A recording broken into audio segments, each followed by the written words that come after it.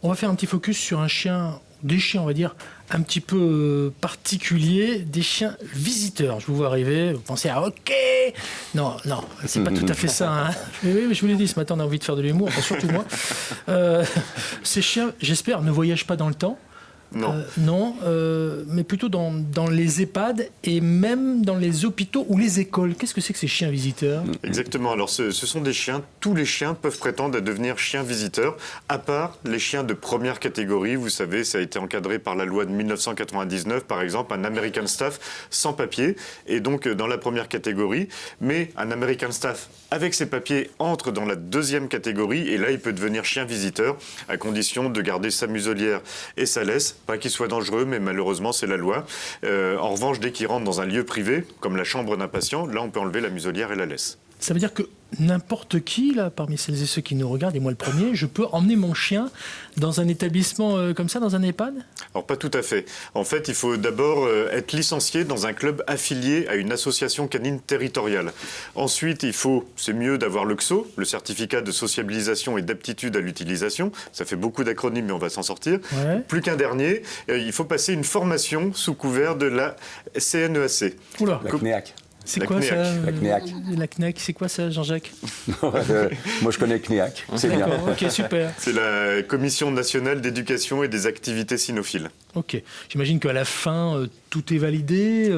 Le stagiaire, c'est-à-dire le chien, la chienne, le maître de stage, c'est-à-dire le propriétaire, reçoit un certificat. Ça se passe comment ? Oui, c'est ça. Après 2 jours de formation, où surtout on va tester le chien, le mettre dans plein de situations différentes, et après avoir expliqué aux propriétaires différentes règles de base, eh bien, ils peuvent avoir ce certificat et être inscrits sur une liste qui est consultable par les établissements, notamment les EHPAD ou les hôpitaux ou même les écoles, pour pouvoir les inviter à venir chez eux. Alors, je précise parce qu'il y a toujours du business derrière les animaux, surtout en ce moment. Tout ça doit se faire, j'imagine, sous le bénévolat, quoi. C'est entièrement bénévole. C'est vraiment que du volontariat, et c'est ça aussi qui est très chouette. C'est vraiment un échange où il n'y a que des sentiments qui passent. Et il y a aussi effectivement un examen de santé. C'est pour ça que je connais CNEAC. D'accord. C'est parce qu'effectivement, on remplit, nous, une feuille annuelle où on certifie l'état de santé, de vaccination, etc. Oui, de il faut qu'il l'animal. soit Et on fait à un jour petit de ses test vaccins, comportemental etc. complètement anodin. Mais voilà, pour attester effectivement que ce chien, il est apte aussi sur le plan sanitaire à ne pas transmettre de maladies aux personnes qu'il va visiter. Alors même si on connaît tous un peu la wawa-thérapie, la miaou-thérapie, l'équithérapie, j'en passe et j'en oublie, beaucoup de thérapie, la zoothérapie, voilà.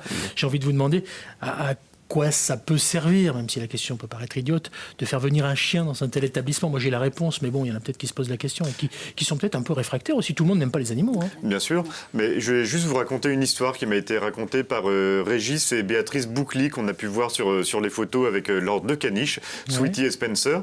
Eux, ils vont en EHPAD et une fois, ils mettent en contact un de leurs chiens avec une patiente.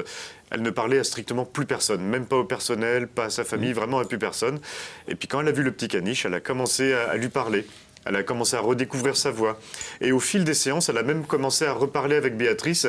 En fait, les chiens ont trouvé la clé pour ouvrir justement les émotions chez cette personne. Et c'est ça qui est très très chouette. Alors, ça peut marcher auprès des anciens, ceux qui ont de l'expérience, dirons-nous, mais ça marche aussi forcément auprès des plus jeunes. Je pense aux écoles, on en parlait. Ça veut dire que les chiens visiteurs qui se rendent dans les écoles, forcément, ça aide les enfants. Ça les aide notamment à surmonter leur peur. Oui. Notamment pour les grands chiens, parce que très souvent, avec les contes, vous savez, le petit chaperon rouge, par exemple, forcément, on a peur des grands chiens, pour le coup. Ou alors même les parents qui transmettent leur propre peur. Bref, de voir un grand chien qui est calme, qui est tranquille, un petit peu comme Romy, par exemple, qui est vraiment la chienne visiteuse typique pour le coup, elle pourrait largement y arriver, eh bien ça permet de démystifier tout ça. Et c'est ça qui est vraiment très chouette, et voilà, ça permet de les aider à surmonter ces peurs. Il y a aussi, sur le site internet de la Centrale Canine, la maison de Loupi, où là on apprend tous les bons gestes, parce que ça permet d'éviter les morsures, savoir se comporter devant un chien, ne pas se jeter sur un chien qu'on ne connaît pas, avoir les bons gestes, ça permet d'éviter les morsures. Allez, démystifier la peur tout en inculquant le respect et la prudence. On pourrait titrer ça comme ça finalement. Hein. Ça, c'est plutôt pas mal. Bravo. Merci Jérémy, des chiens visiteurs. On apprend des choses.